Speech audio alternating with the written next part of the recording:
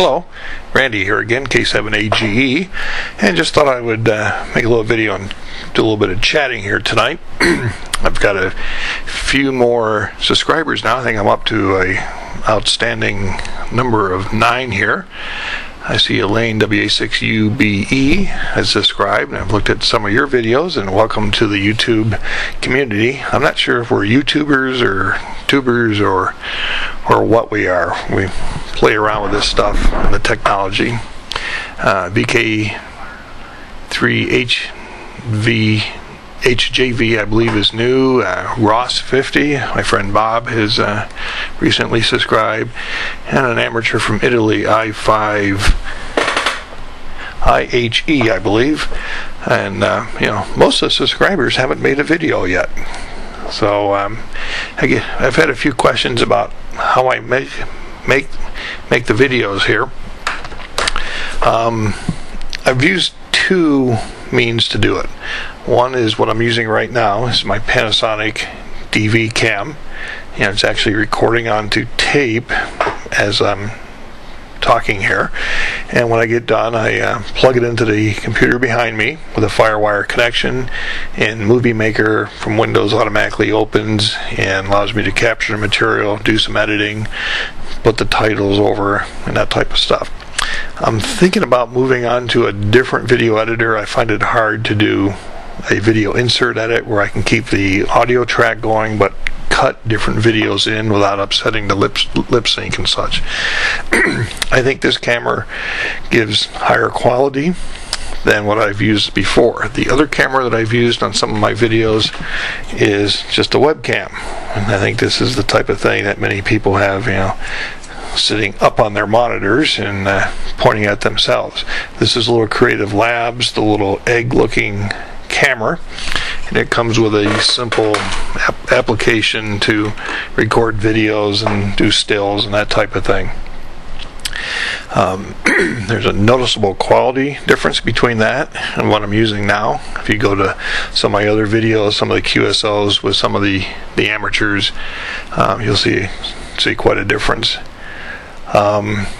What's interesting here is this is running the automatic iris and stuff, of the cameras responding to the light level coming out of the monitor behind me.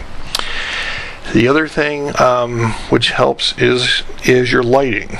Elaine, you shot a couple videos now in front of your bookcase there, but you're kind of dark, so I just have a lamp over here off to the side, one of these flexible desk lamp things that I pointed up and pointed at me while I'm sitting here to get some more light on my face to bring me up out of the background. And in my den here, I've got some ceiling lights and other table lights, so I kind of play with the balance of those. Like I can, you know, up and down the brightness of my background here and kind of balance things out and make sure that I'm not back in the mud. I mentioned I use the Windows Movie Maker to do the editing and to use their codecs to put it into a form that I then upload to YouTube, and they go through their conversion to turn it into, I think it's a Flash video file format at a 320 by 240 picture. I've had a question about, you know, some of the terms we amateurs use, which may be unfamiliar to people. What's a QSO? What's a QSL? Well, Q signals have evolved from back in the old days, back in the 20s, probably, when amateur radio was all Morse code, and the Q signals were abbreviations and shortcuts. Instead of having to send long words or sentences, Q signals were developed. So a QSO is just a contact with another station. A QSL is typically a written confirmation that the contact has taken place, or that the QSO has taken place. So we get these types of things. Here's one from 8R1ZUM from Guyana. I have another one here from the Philippines. I get lots of them from Japanese amateurs. They really like exchanging QSL cards with people. This is JA1CKE.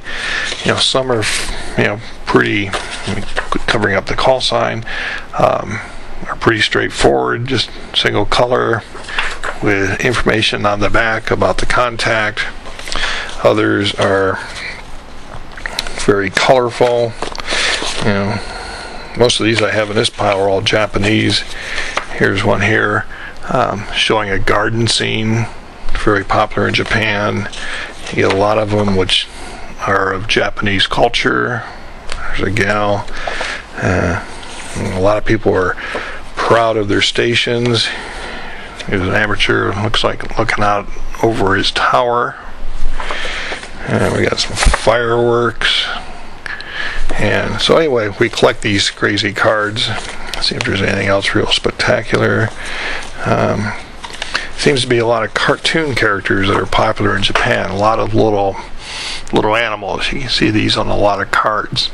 So we exchange these cards as a confirmation that the QSO or the contact has taken place, and then we use these to get various awards. Worked all states is a popular one, to work all 50 states. Worked all continents. There's 6 continents. North America, South America, Europe, Asia, Oceania, and Antarctica. So I've got 2 of those, one for working voice, one for working the teletype. Then kind of the master of the awards or certificates is the DXCC, where you've confirmed with 100 countries or 100 entities as they're called. A entity would be like Hawaii and Alaska. They're separate from the US, so it counts as a separate country. So I've worked well over 200, both using voice and teletype. I've confirmed over 200 using voice and confirmed over 100 using teletype. Kind of watching the clock here to keep this under 10 minutes. I kind of got involved with this ham radio stuff when I was a little boy. My dad was a ham. He was a radar technician during World War II, stationed out in the Tinian Islands, which is where the B-29s took off that went over to Japan with the atomic bombs. So he got trained in the Army Air Force to repair the radar systems.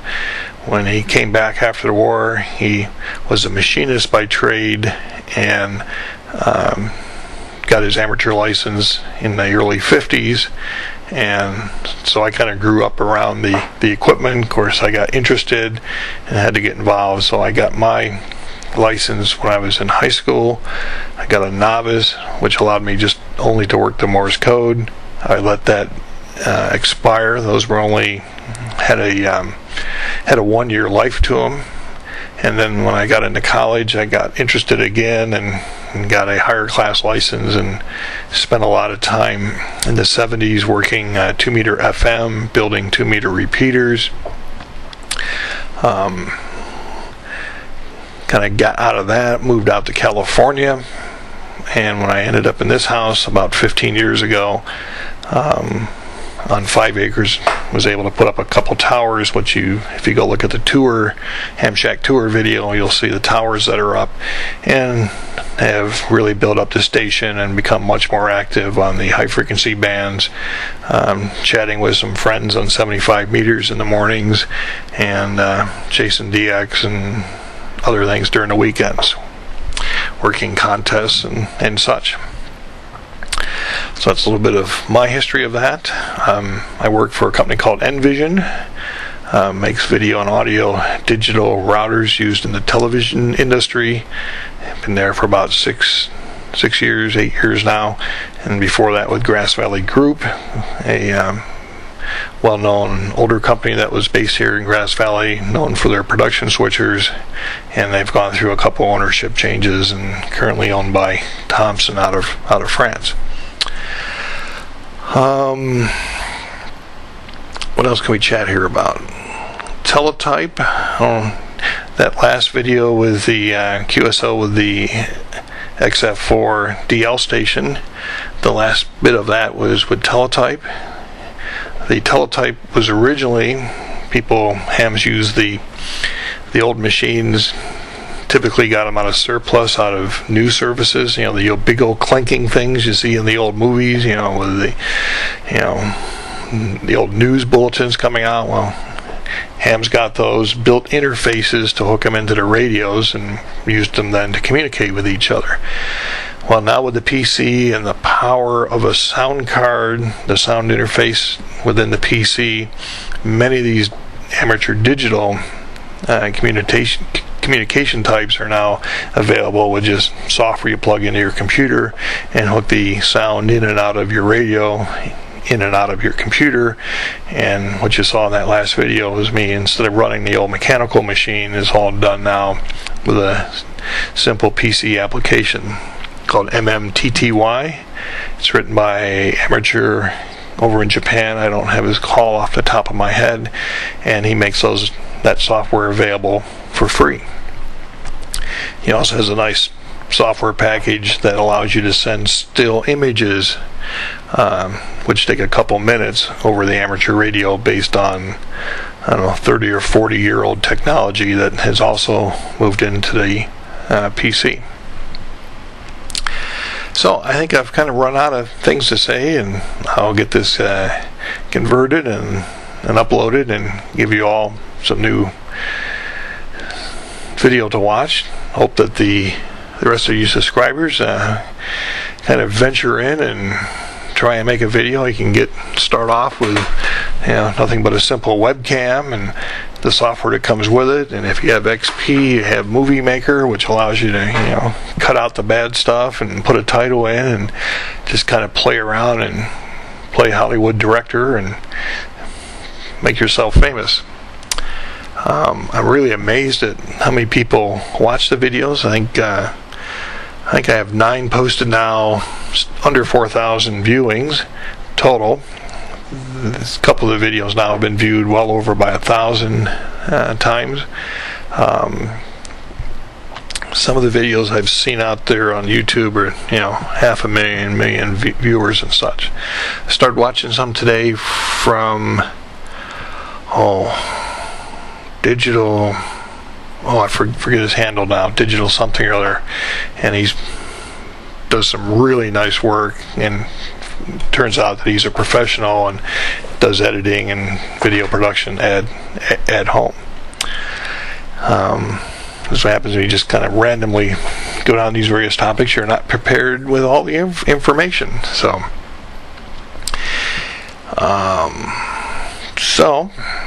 again, I have scans of my cards running in the background as we just have a talking headshot tonight.